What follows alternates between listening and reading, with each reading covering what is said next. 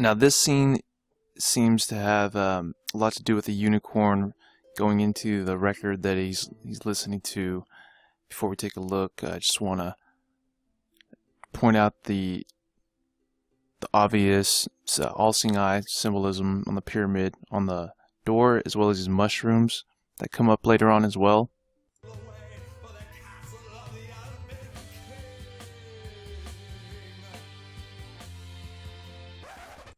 The son Bill Murphy's listening to this record called Castle of the Elfin King, with the unicorn on the cover, checkered background, the Masonic checkered background, and inside it's about a unicorn shoots laser beams out of its eyes.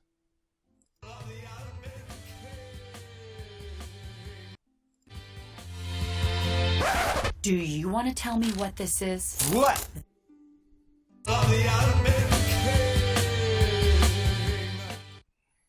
So it's a unicorn wearing an orange jester hat, wearing a checkered sweater, and shooting laser beams at some chick's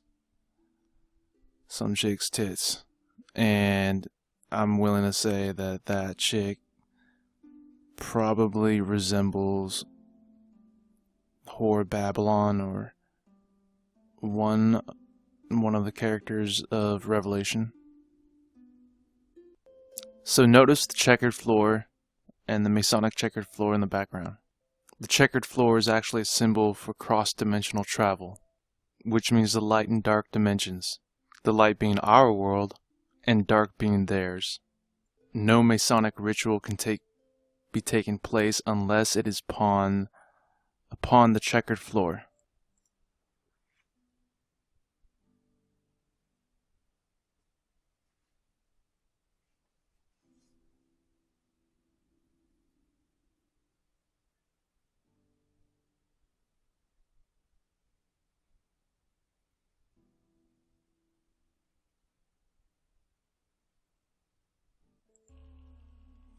The mythical beginnings of the fraternity date back to the building of the Temple of King Solomon in Jerusalem around 1000 BC.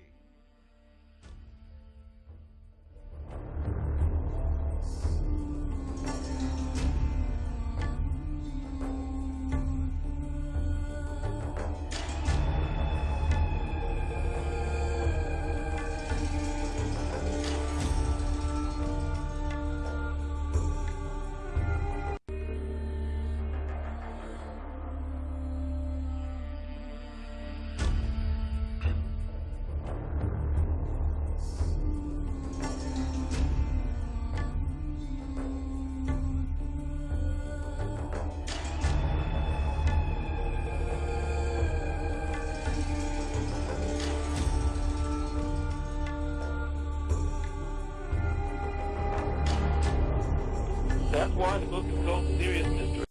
Now I know there's a bunch of things going on in this picture, and to be honest with you, my knowledge is very limited on them. You know, I know there's something with the elves, the color orange, the checkered pattern we covered, the horn, the single horn, it's biblical, even the horse, just the unicorn. But let's take a look at the unicorn. Just want to point out quickly that the Prince of William's coat of arms has a unicorn chained, and there's an X right above it, similar to the X that we see in the Truth commercial coming up here soon. This is a short clip from ExplorerOne, great researcher. I'll link his channel below and his video. He covers a little bit on this subject already, so I'm just going to go ahead and play a short clip from that. We have seen a ton of this rainbow and unicorn symbology. In fact, it's been covered by other people in other videos relating to 923, even before I started making videos on 923. In my opinion, the rainbow is the rainbow bridge that CERN is attempting to create, which is a bridge from some other dimension into our dimension. And this unicorn, although in some mythology can represent Jesus, according to different historical things that I've seen. In pop culture references, it can also be demonic. So it can also represent Lucifer or, anything from that sort of negative realm. Okay. That's what I've been seeing it tied to lately. And I'm going to play you a clip at the end of this video that will make it very, very clear. So stay with the video. So I'm going to explain things first, and then I'm going to play a really cool clip. Unicorn again, and he's puking out this rainbow everywhere. It's almost like you're being forced to have this come into your life, and she doesn't like that, right? So it's just interesting that this demonic looking or scary looking or just plain weird looking unicorn is forcing the rainbow on us. Okay, so how they're using it in the pop culture references and what it alludes to. That's what a lot of this Wizard of Oz, okay, Oz is the other dimension somewhere over the rainbow. Now, does it make sense? Okay, Oz is somewhere over the rainbow. Now, they're trying to bring whatever is in Oz back over the rainbow. Okay, they're using CERN to create the rainbow and bring it over here. At least that's my theory, okay? This next scene is a video game enter, like the startup screen that ExplorerOne shares with us that shows some more symbolism with the unicorn and fusion of man and machine, and kind of has a overtone of the future.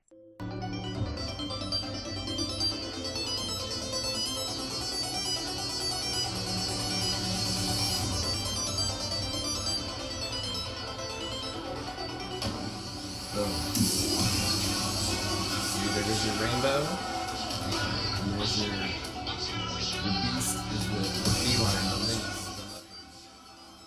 On top of the unicorn. Man, machine, the fusion. Welcome to the future.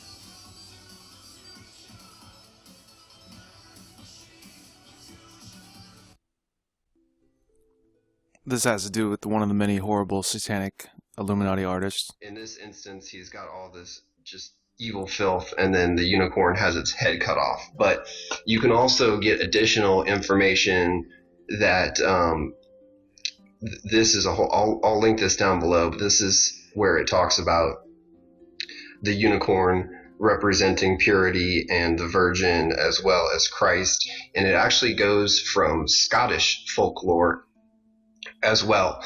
And there additionally you have where the unicorn can be used in satanic imagery, so it's a little bit confusing, and I just started looking at the unicorn stuff, but I just wanted to point this out because the unicorn definitely has a lot of esoteric meaning. So Definitely agree with him there. When I start researching the unicorn, it's hard to tell if it's symbolic of the Antichrist or some kind of Messiah, but I'm leaning toward the Antichrist just from what I've seen so far.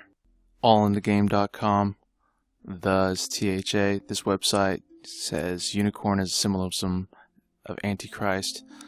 The unicorn here is once again a symbolism of transformation, for this unicorn seeks a better world through the purifying, purgative powers of destruction. Its purpose, like that of the Hindu god Siva or Shiva, is to tear down and renew. It's kind of reminiscent of CERN and the statue out front. Another quote, in both European and Oriental traditions, a unicorn is identified with a Messiah who comes when the world is in danger and who heralds the coming of a new and better age. The living unicorn, Carver, Minnesota, living unicorn, 1980. Another quote, thus we see that the unicorn is in reality the symbol of a future conqueror who will bring peace to the earth, who is this but the Antichrist, for whom the world waits, unaware of his true nature. That's from Kathy Burns, Masonic and Occult Symbols Illustrated, page 144. More quotes, the horn growing out of the unicorn's head represents the third eye or all-seeing eye. This tells us the truly satanic symbol of the unicorn when its horn is stated to be the third eye, or an all-seeing eye, both of which are tightly tied to the worship of Lucifer in the original Egyptian mysteries religion. Another quote, in Celtic mythology and European folklore, A fabulous beast comes in the form of a horse with a single spiraling horn growing from the center of its brow. Its alchemy, it is a symbol of complete mastery of phallic sexuality by ritual intercourse and its conversion into the forces of pure visualization. That's from A Pictorial History of Magic and Supernatural.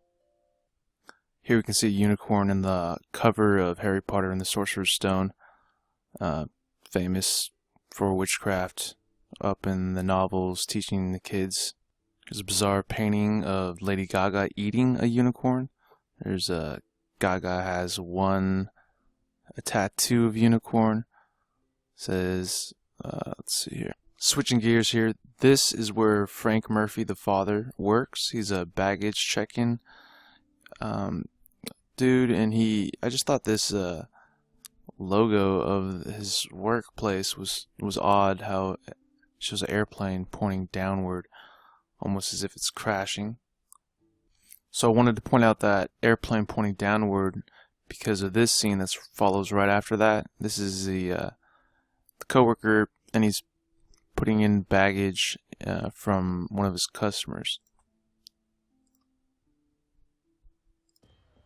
Hope your plane gets hijacked. Hey, what do you say, Rosie? Hey, Frank. Cheap ass Syracuse motherfuckers. Hope your plane gets hijacked. So right as he throws the luggage in there, he says, "I hope your plane gets hijacked," and it zooms in very, very intentionally to kind of focus in on the Statue of Liberty and the Eiffel Tower, which is pretty interesting considering the recent Paris events. So in this scene, Frank Murphy's showing his son what he does, because he called him just a baggage claimer, and he says that this schedule is the most important thing, and he points at this schedule saying that he made it. Taking a closer look at the schedule, you can see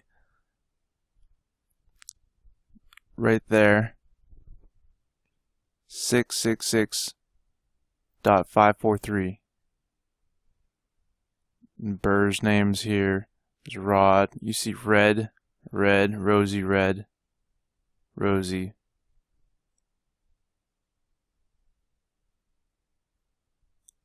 Heisenberg, plane 666. But again, the 543 kind of reminds me of a countdown. So this next point, and we're still in the episode 2, Saturday, Bloody Saturday. There's this part where they show this beheading of the boss that was killed, and then showed over and over. And my wife pointed out to me that that's desensitization. So that's what they're doing there. She's absolutely right. And then they also mention right there, the Prince of Darkness as you live. So there's a direct reference to Satan, or the Antichrist, Prince of Darkness. Well, that's Satan, and they are showing this beheading over and over to desensitize people. Dead, alive, dead, alive, dead. I'm gonna put them back together. Oh, now it's apart. I use head and shoulders. Oops, now just shoulders.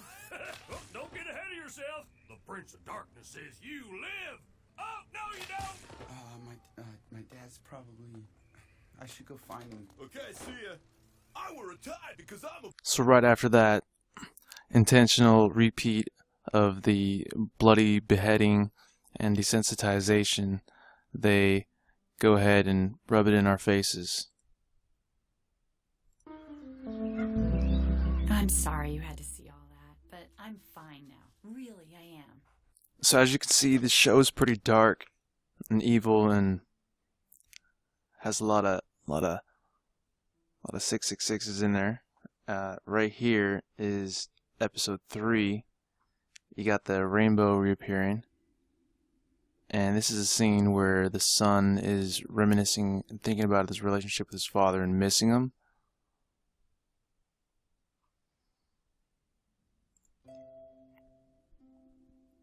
You even have the unicorn appear. And the mushrooms, that unicorn, it means something.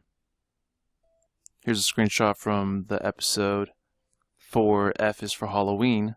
This shows the poster, Illuminati pyramid poster on the door clearly, and then the father is about to barge into the room right there.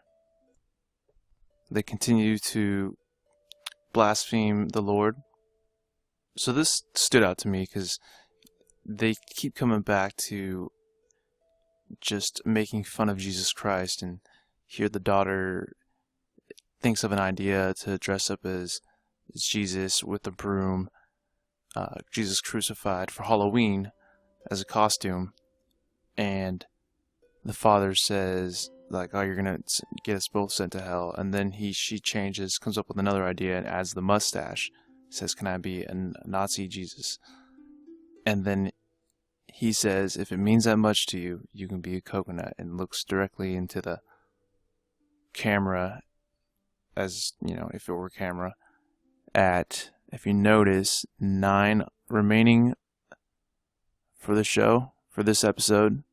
It's 9 minutes and 11 seconds remaining, and he doesn't normally do that, but it seems like he's looking directly into the screen. And you be to Jesus for the cleansing power. Are you washed in the blood?